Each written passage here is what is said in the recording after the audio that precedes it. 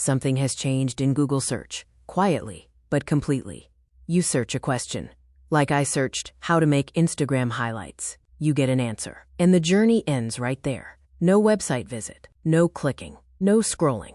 Today, 58% of Google searches end without a single click. And this is not a glitch. This is how search works now. All websites are cited on the right column, the videos are attached. All my questions are answered. Zero-click searches are now the default. People no longer search to browse websites. They search to get answers. Google now delivers those answers instantly using. This is why zero-click searches grow fastest for what queries, why queries, how queries, definitions, comparisons. When the answer is clear, Google has no incentive to send users away.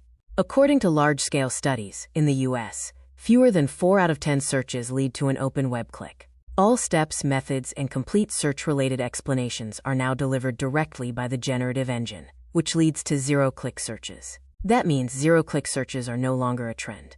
They are the default behavior. This is where AI search optimization and generative engine optimization, GEO, become essential.